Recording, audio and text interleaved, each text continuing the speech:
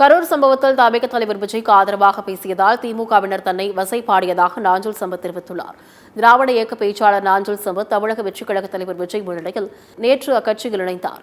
இத்தொடர்பாக சென்னை ஆழ்வார்பேட்டையில் செய்தியாளர்களை சந்தித்த அவர், நீயும் முதல்வராகலாம் என்ற புத்தகத்தை விஜயிடம் வழங்கி தன்னை தவிகவில் இணைத்துக் கொண்டதாக கூறினார். கரூர் விவகாரத்தில் விஜய்க்கு ஆதரவாக பேசியதால் அண்ணா அறிவாலயத்திலிருந்து கடுமையான வசை சொற்கள் வந்ததாக குறிப்பிட்டார்.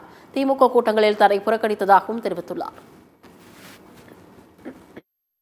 அறிவாலயத்திலிருந்து எனக்கு காது கொடுத்து கேட்க முடியாத அளவிற்கு வசை சொற்களால் என்னை வசை மாறி பொழிந்தார்கள். என்னை திட்டமிட்டு நிராகரித்தார்கள். கடந்த காலங்களில் ஏற்பட்ட கசப்புகள் மறைந்து தவிக தலைவர் விஜயை சந்தித்த பிறகு புதிதாக பிறந்தது போல் இருந்தது என்று நாஞ்சில் சம்பத் கூறினார். திராவிட கட்சியின் நீட்சியாகவே தமிழக வெற்றிக் கழகத்தை பார்ப்பதாக குறிப்பிட்டார். திருப்பரங்குன்றம் விவகாரம் குறித்து விஜய் பேசாமல் இருப்பதே நல்லது எனவும் நாஞ்சில் சம்பத் தெரிவித்தார். கடந்த காலத்தில் ஏற்பட்ட கசப்புகள், காயங்களிலிருந்து விடுபட்டவனாக என்னை உணர்கிறேன்.